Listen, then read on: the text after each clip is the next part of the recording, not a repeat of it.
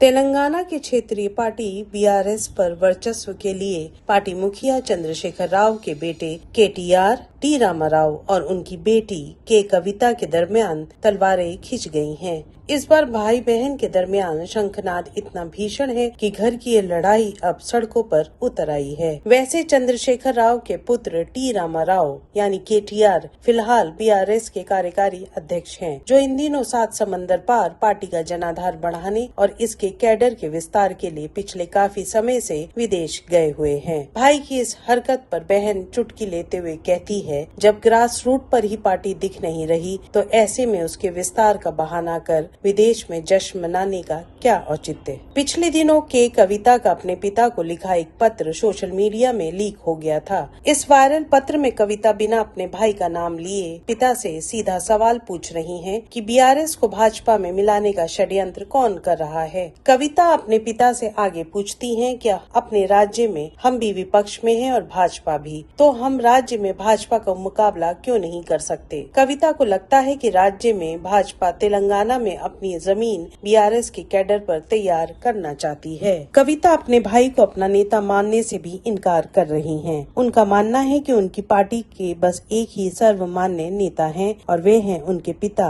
केसीआर। एक कदम आगे बढ़कर कविता ने ये भी दावा कर दिया कि जब वो जेल में थी तो उनके पास बीआरएस को बीजेपी में विलय करने का प्रस्ताव आया था, जिसके लिए उन्होंने साफ मना कर दिया था। हमारे वीडियोस को देखने के बाद लाइक और सब्सक्राइब करना बिल्कुल ना भूलें।